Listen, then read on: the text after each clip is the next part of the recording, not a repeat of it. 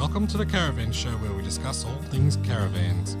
That's right, everything you need to know about caravans, from weight, towing, maintenance, appliances, renovations, buying a caravan, repairs, destinations and reviews. We'll also chat with some Aussie legends, manufacturers, suppliers and of course, people who love caravans. Take it away, Roy. G'day everyone, it's Roy was here from the Caravan Show and podcast, and I have with me this morning Mayor Greg Campbell from the Cloncurry region. Welcome on the podcast this morning. G'day and welcome. Oh, thanks, Roy. Great to be here. Greg, you're the mayor there. How long have you served as mayor? This is my second term as mayor, so 4.5 years. Is that elected by the people or the council? No, elected by the people. This term I was elected unopposed, so I didn't actually have to go to the polls. Good on you. Okay. Well, they can't be too unpopular, otherwise they'd have got it in there en masse and kicked you out. So you got to be doing something right, mate. Yeah, hopefully. Yeah, I think so. Greg, are you a local boy? Yeah. I was born in Cloncurry. My mother's family are from this area. I've spent some time away from here. We lived down around Toowoomba on the Darling Downs when I was a kid, and I've spent some time working around the region once I've finished school, but predominantly been in Cloncurry. And have you been in business in that area, or has it always been public service? A combination. My family owns a little cattle property. I used to work for Ergon Energy for many years as well, and I was on council for 2 terms before becoming the mayor as well. Okay. Tell us a little bit about Cloncurry. Now, Cloncurry's in the western part of Queensland, isn't it? Yes, northwest Queensland. We're about 800 kilometres west of Townsville, 16 or 1700 kilometres northwest of Brisbane, and in the heart of some of the best cattle country and mining, not just in Australia, but probably in the world.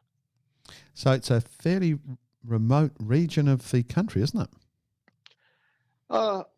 Yeah, but on the flip side, it's a beautiful, steady 2-day drive from Brisbane to get here, going through some amazing little towns as well. We've got aerial services that are probably second to none in a town this size in the country, under any normal circumstances, apart from COVID-19 though. So you can fly to Townsville, Brisbane any day of the week from here, with jet services to Brisbane. With internet and mobile phones, you can be talking to anybody in the world as good, if not better, than in some of our capital cities. Our connectivity is that good. So, I don't see us as being that remote. It's just a couple of days from anywhere. Good on you. A lot of places in the world think a couple of days is a long way, but you're right. In Australia, we don't really consider a couple of days a long way, do we? No. Cloncurry is about what sort of size, Greg? About 3,500 people live in the Shire, and then because of the amount of mining activity, there can be anywhere up to 5,000 people in the Shire on any given night as well. So is the mining industry a major part of your industry for Cloncurry, is it? Yes, mining and beef cattle and transport are our 3 biggest industries. And what part in the grand scheme of things does tourism take up, or does it take up a part of the Cloncurry economy? At this point in time, it's not as big a part as it should be, because the history that we've got here and the interesting stuff that we've got to see and the fantastic landscapes, tourism should be a lot bigger physical presence than it is. So that's what we're working hard on at the moment to improve. We've got things like, this was the birthplace of the Royal Flying Doctor Service. John Flynn set up his base here with the Australian Inland Medical Service. So that all started here. He brought together the barnstorming pilots that were returning from World War One, and the early Qantas pilots, as the Flying Doctor was the core or the cornerstone customer of Qantas when it first got started. Alpha Traeger and his pedal radio, which was groundbreaking technology, was all fostered and all come together in Cloncurry. So, John Flynn's got a huge part to play in Cloncurry, and he's on the $20 note. And talking about currency, on our $10 note is Dame Mary Gilmore, and her final resting place is in the Cloncurry Cemetery. So there wouldn't be many towns in the country that have got connection to one of our currency, and we've got strong connection to two. It's an amazing thing. We've been talking about that a lot on the show, just how much history we have got in Australia and how little known that history is to the average Australian out there, because they've been travelling all over the world instead of travelling in their own backyard. And we got so much to offer and so much to see. They really need to get out there and do it. Greg, how do you cater for caravanners in your area? Have you got caravan parks there? We've got 2 mainstream caravan parks with all the amenities, with pools and gyms and laundries and all the requirements you'd expect at a great caravan park. And we've also got an RV park that's not set up as a mainstream caravan park, but caters very well and does a great job for self-contained RVs. It's called Walls Camp. So we've got 3 commercial options within the town, and we have a couple of RV dump points at our visitor centre. We've got a fantastic visitor centre and a little mining museum attached to it, and we're building on it, highlighting all the old and new mining equipment. Last year, one of our local mines donated an underground jumbo, which looks like something out of one of the Alien movies, and something that the average person doesn't get to see because those machines live their life underground. So we've brought one out, the mine did it up for us, and it does the rock drilling into the rock walls underground. So we also got them to set up a rock so people can see what the machine does rather than just have it sitting there and you wonder what that amazing looking machine does. So we're growing that interest at Merrickay Park. We've got John Flynn Place, which is the memorial to John Flynn and all the great people that he brought together, being Alf Traeger and the pilots and the doctors, nurses that kick-started the Royal Flying Doctor Service. And we've just got an amazing service centre. We're probably one of the most well-resourced towns once you get off the coast, with 2 really well-stocked supermarkets, a fantastic Mitre 10 that is perfect for any odds and ends you need on your trip.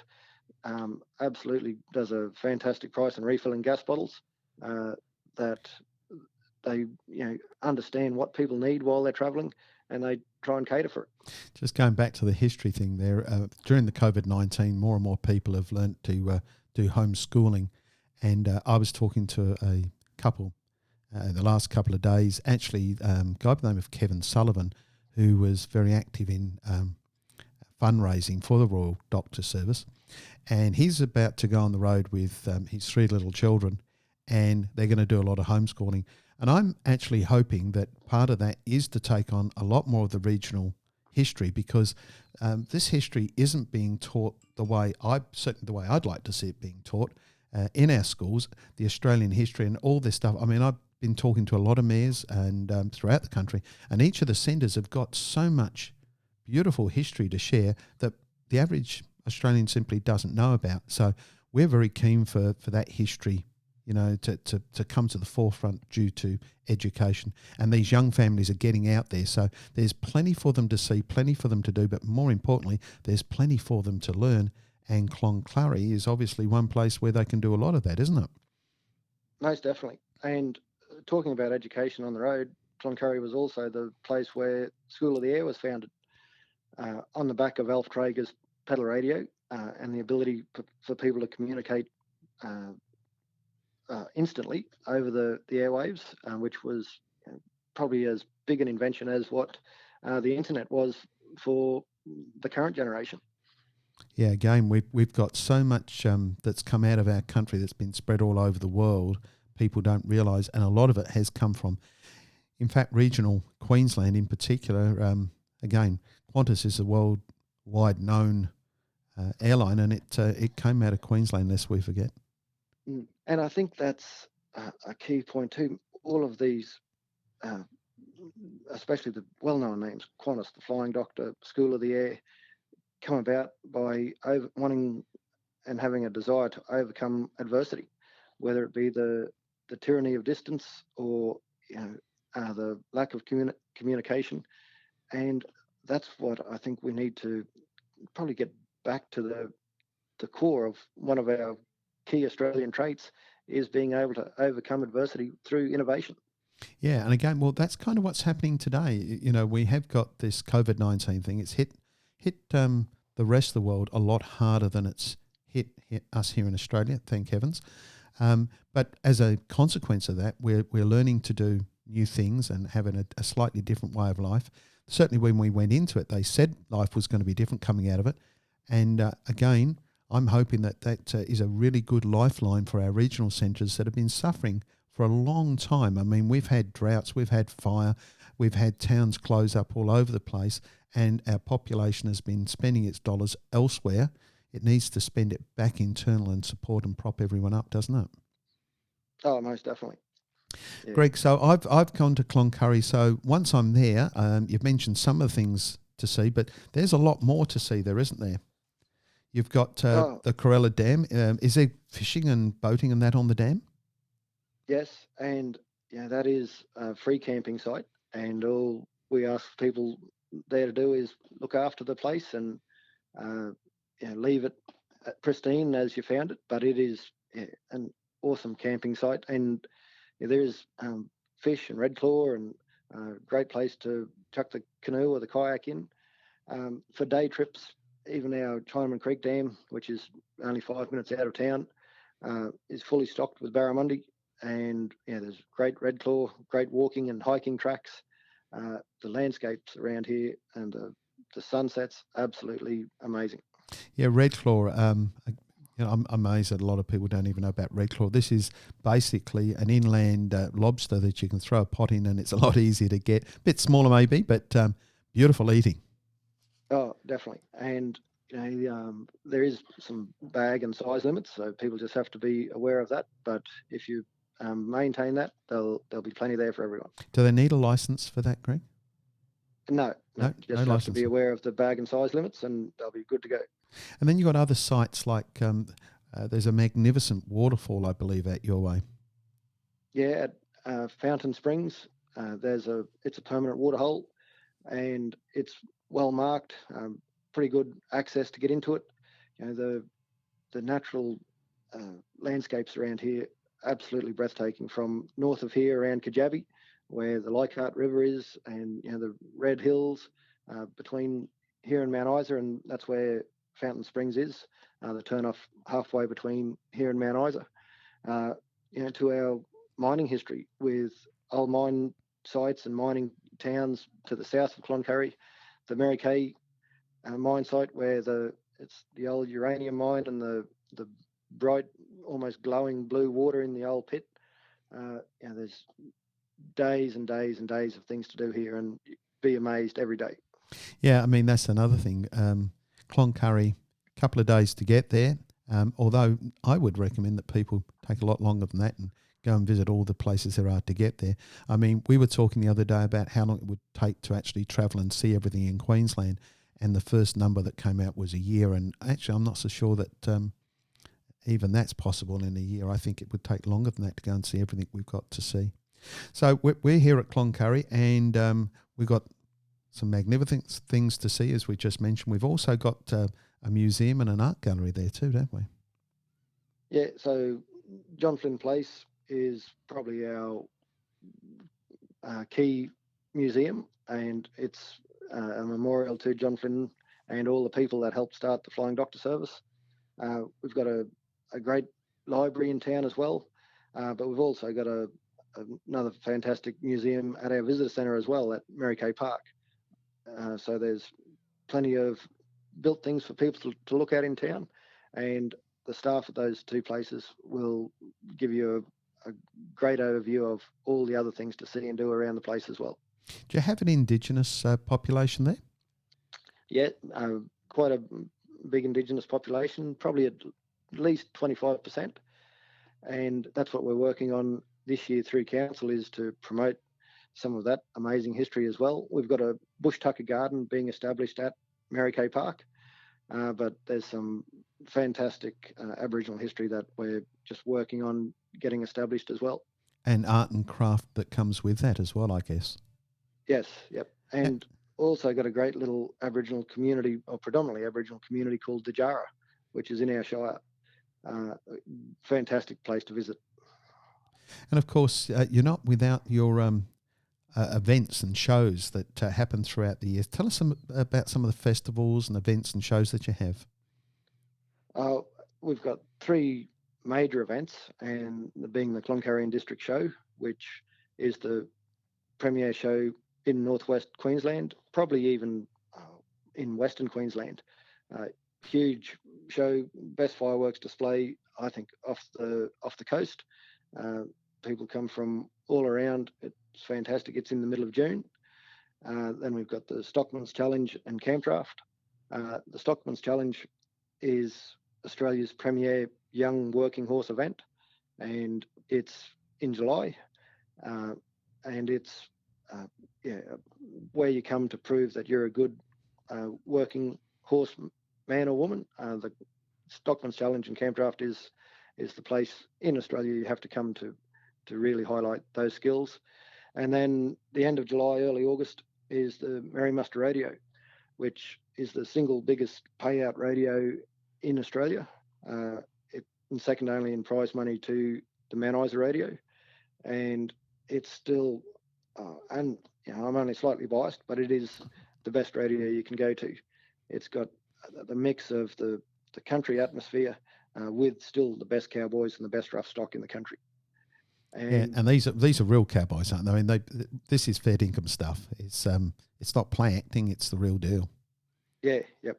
And the weekend before the Merry Muster is the Quamby Rodeo, and it's a little bit more rough and tumble, but it's a fantastic bush rodeo for all the family and campers.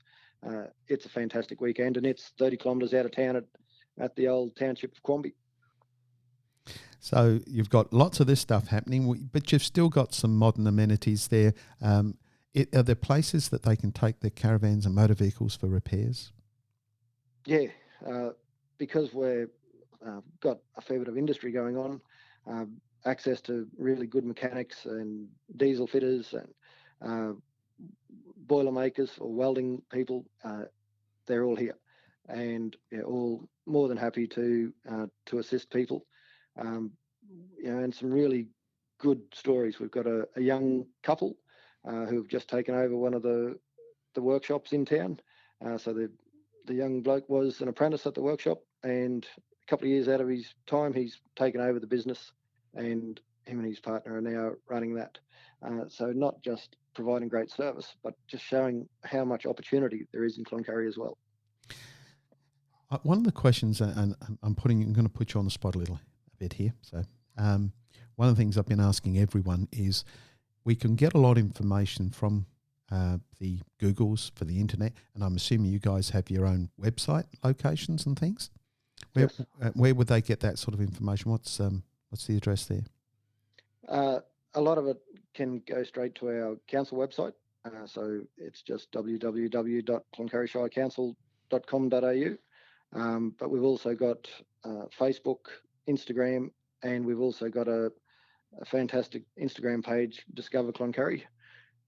It's got some fantastic images, and like Instagram is not as much like written content, but it'll highlight things and events as they're coming up.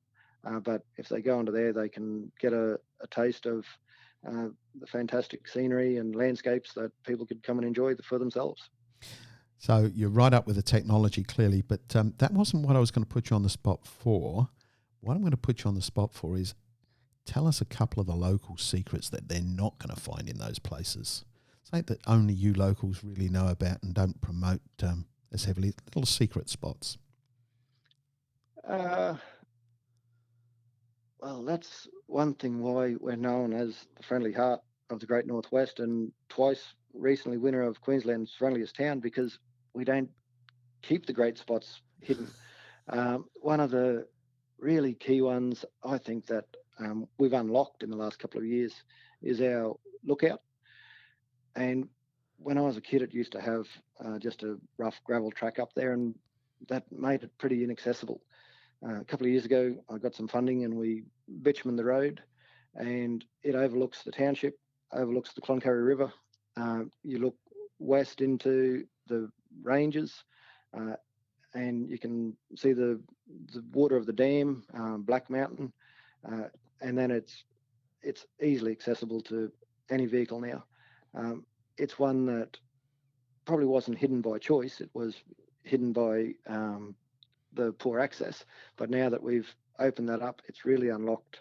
We've got an old water tank up there that's got some fantastic art on there, with some Aboriginal connections and some connection to the Royal Flying Doctor Service. That's well and truly a spot to drive up to of an afternoon and catch a fantastic sunset overlooking the township with a couple of beers or a half a bottle of wine and really taking the sights. That's probably my key spot. And then our weir. It's easily accessible. Also a great spot just to pull up, have a paddle sitting on the edge. You can put your kayak or your canoe in there. There's turtles and plenty of activity, and it's also a great spot. Sounds beautiful. My sort of, I was drifting off there a little bit, having a look at that, and I can imagine of an evening with those beautiful skies that you have out there at Cloncurry, thinking, wow, this is just the way life's supposed to be. I don't think we should forget the Chinese element. Whenever mining's around, we have to look that there's always been a Chinese influence in there. So I'm assuming there's a fair bit of Chinese elements happening within the Cloncurry region in your history as well. Most definitely. The Chinese came probably no doubt to chase gold when the gold rush was on, but I think they're most renowned for starting their market gardens, and especially along the Cloncurry River. It's renowned for potentially dropping a pin and growing a crowbar. That's how good the soil is. And the Chinese market gardeners probably made more money than the gold miners. And you can't see any Chinese architecture or anything around town, but still, because Cloncurry's been a very interracial community for essentially 150 years, there's still the connection through some Chinese surnames that are still in town, and we're very proud of that connection. We at around the same time there was a fairly big Afghan contingent, and those guys were using their camels to cart the copper and gold ore out of the hills back to Cloncurry to the railhead. We're reasonably sure that Cloncurry was the site of the first official mosque in Australia. So the history with different cultures is really strong in Cloncurry as well. Yeah, that's a very, very important part of our culture. And what I did find with the Chinese mining was a totally different type of mining to what European miners did. Europeans just sort of dug a tunnel, where the Chinese dug layers. So where we've been able to find Chinese mines, they've always been quite interesting. So just going back to some of the other things that happen there, it's also a centre that's very rich with sport and sport history, aren't you? Yeah, lots of really well-known boxers and footballers call Cloncurry home, and I think some of that comes from the ruggedness of the area. You have to grow up a little bit tough, and we've produced some fantastic sports people over the years as well.